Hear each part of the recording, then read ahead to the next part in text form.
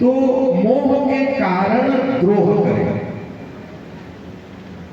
और जेन तरीका से द्रोह करे तेकर लिए तो वध ही उचित रही से, मारना ही उचित रही से। लेकिन भगवान राम हम बोला छोड़ दी से और छोड़ी से पाए कि वो कृपालु है और ओकर समान और कोई दूसरा कृपालु नहीं। ये सोठा के जस्ट आगे आरंभिक दोहा में भी वो स्वामी तुलसीदास जी यही संकेत करे कि अति कृपालु रघुनायक, और ये सोठा के अंतिम चरण में कहे हैं कि को कृपालु रघुवीर ओकर जैसे कोई कृपालु नहीं। और कथा ला देखते तो भगवान राम अंतिम में जयंत के आंखी फोड़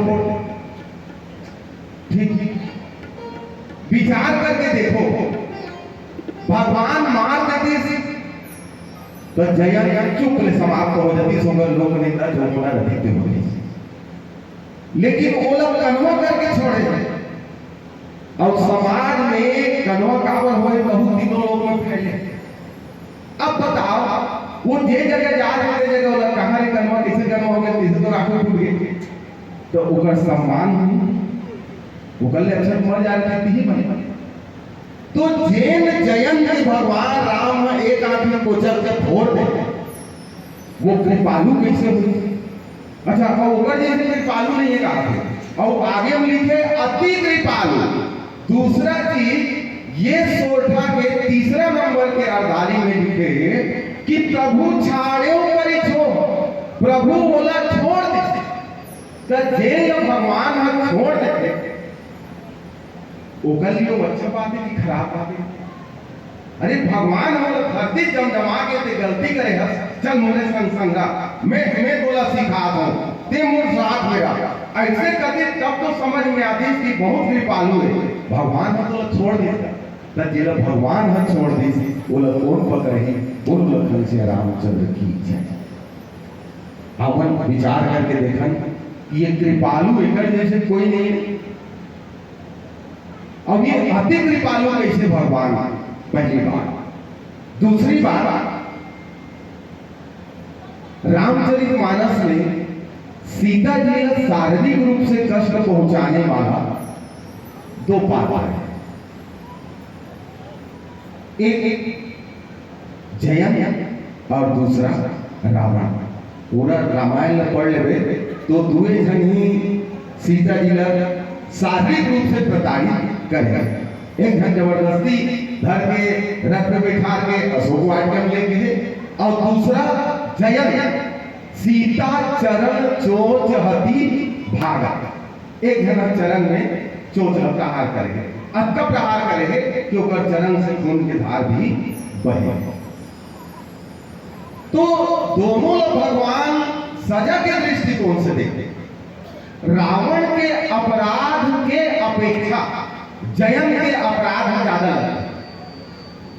रावण लेके जरूर होगा, लेकिन कन्हों में मारे काटे पीछे वाला बात गोस्वामी जी में नहीं लिखे। मानसिक प्रताड़ना जरूर है देवदेवी, लेकिन शारीरिक रूप से तुलना करके तो रावण से कहीं ज्यादा तकलीफ देने वाला है जयंत। और सजा के दृष्टिकोण से देखते तो रावण का सीधा समूल नशा करी से वो सीधा समाप्त नहीं करना, लेकिन जयंत ला छोड़ देगा। बोलो लखन से रामचंद्र की जय। अपराध के दृष्टिकोण से अमन गोस्वामी तुलसीदास जी इस सोठा के प्रथम अर्धाली में जो बात करे हैं वो है किन्ह मोह बस द्रोह। जयंत इंद्र के बेटा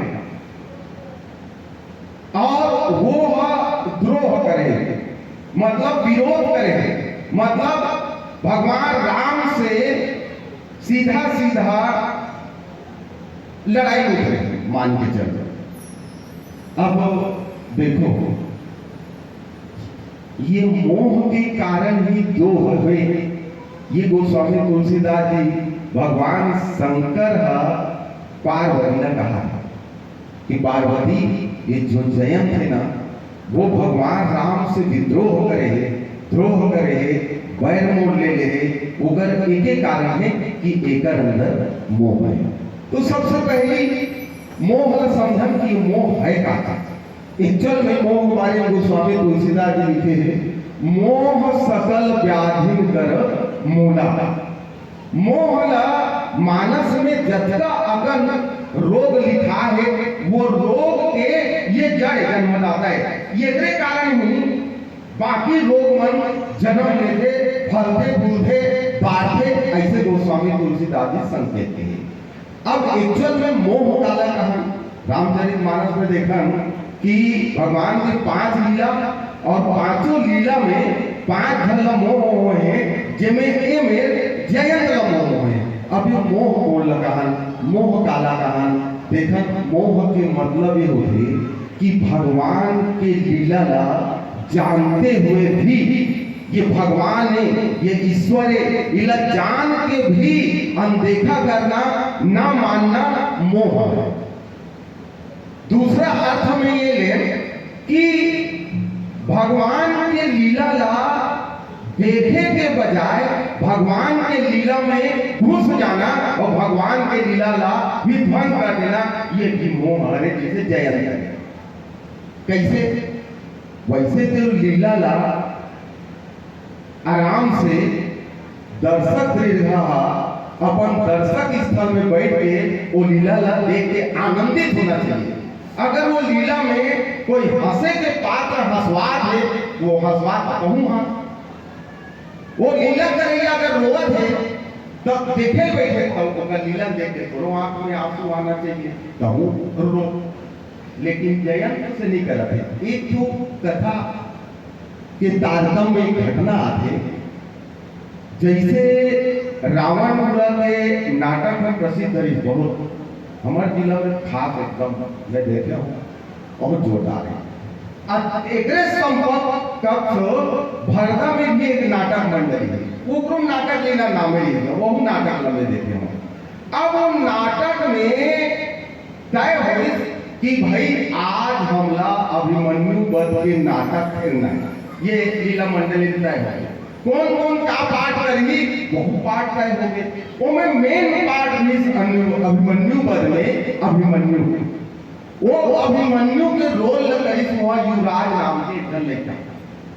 अब वो युवराज हुआ अपन विधवा माँ के एक जी, हाँ, अब माँ के भी एक लौता लाल युवराज, मतलब एक दूसरा के जिए के सहारा एक युवराज के लिए ऊपर विधवा माँ और युवराज और विधवा माँ के लिए ऊपर बेटा युवराज। तय नाटक चालू हो गए। प्रथम सीन में द्रोणाचार्य जोन रचना रची है चक्रव्यूह भेदे थे। अर्जुन के अनुपस्थिति में अभिमन्यु चक्रव्यूह भेदे पर चल रही। अभिमन्यु चक्रव्यूह सेंटर में बीच में चारों तरफ से दुशासन, दुर्योधन, कर्ण, अश्वत्थामा, ये सारा चीज गदा लेके अभिमन्यु पर कहा करके नाटक चला था। और दर्शक दीर्घा में गांव भर के देखैया है, ओमे युवराज के माता को बैठे। नाटक के दौरान सारा गदाधारी मन गदा उठाएगा, नाटक में जैसे रेशम में चली तैसने, और जोर से सब कोई गदा से प्रहार करी अभिमन्यु पर। एक्शन में तो उसकी एक्शन से अभिमन्यु बने रहा है लड़का, कहो कि इसका कल सुनी देखा था, डोकरी खड़ा हो गई, फिर ऊपर नहीं गिरा है, वो लेकर मारा था। अगल बगल के मन कथे जमीन बैठ नाटक चला था, वो लेकर नहीं मारा। फिर चालू होगा दुर्योधन को शासन करना, स्वस्थ फिर गदा से प्रहार कर जोर से उतनी जोर से फिर लेकर फिर वो डोकरी खड़ा हो गई। हाँ बोलेगा माडल, बोलेगा माडल, एक जन बोलेगा है तुम सब मिलके गदा माडल। मैनेजर कहते संसार डोकरी ये तो खड़ा होके विध्वंस कर दी, पिछल आते एक बैठारो रे। अब एक जन बीच बैठ से नहीं दिया तो लेकर कहीं की तरफ है, फिर शाम को फिर बैठ गई। ओकर बाद फिर इसने चालू करी, फिर गदा से प्रहार करी। ये दाढ़ी वो अभिमन्यु बने रहा है चूड़ी रंग लगो मुंह में रखे जैसे प्रहार करेगी और जैसे प्रहार करेगा जोर से वो लेगा हाँ ये दाढ़ी 2 फीट वो पार मारी और मुंह चूड़ी रंग भरे रहा है मेरा पूरी कपड़ा लत्ता हो गए एक आई डोकरी में डोकरी वहां उठी और जाके सीधा रंगमंच में चल दी और दुर्योधन को शासन के बाहर धरी खबरदार अब वो लेकर मार के लोगों मार देला मोरे गजन बेटा है ये एक सहारा है तुम्हारा माटर होगा या करेंगे से तुम कहीं नहीं रखो वो लेकर या खून निकल है वो मारा अब जब तक दिखाई रहा है वो काल के काम बना गलत क्यों गाना है गिल्ली उड़ा था कि गाना मैनेजर के पर्दा गिरा ये टोटली पूरा नाटक खराब कर दी थोड़ी आज के नाटक गए अटक अटक खर्चा करके अब पेटी दबला सकेली माइंड में लॉन्च कर दी जाओ भाई अपन घर नाटक नहीं है अब एक बात बताओ वो नाटक लग खराब करिए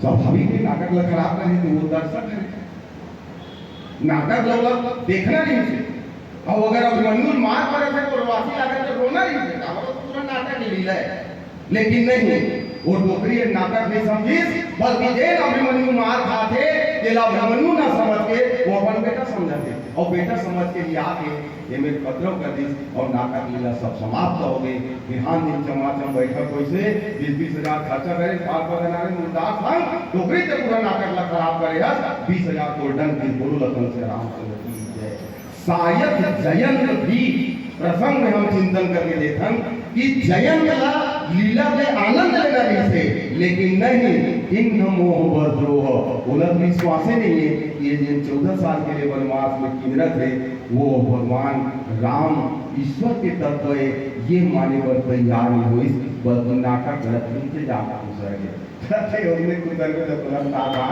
प्रकट करिए आओ भजन के बाद आगे की कथा आप सबके बीच में रखो गुरु लखन से रामचंद्र की जय।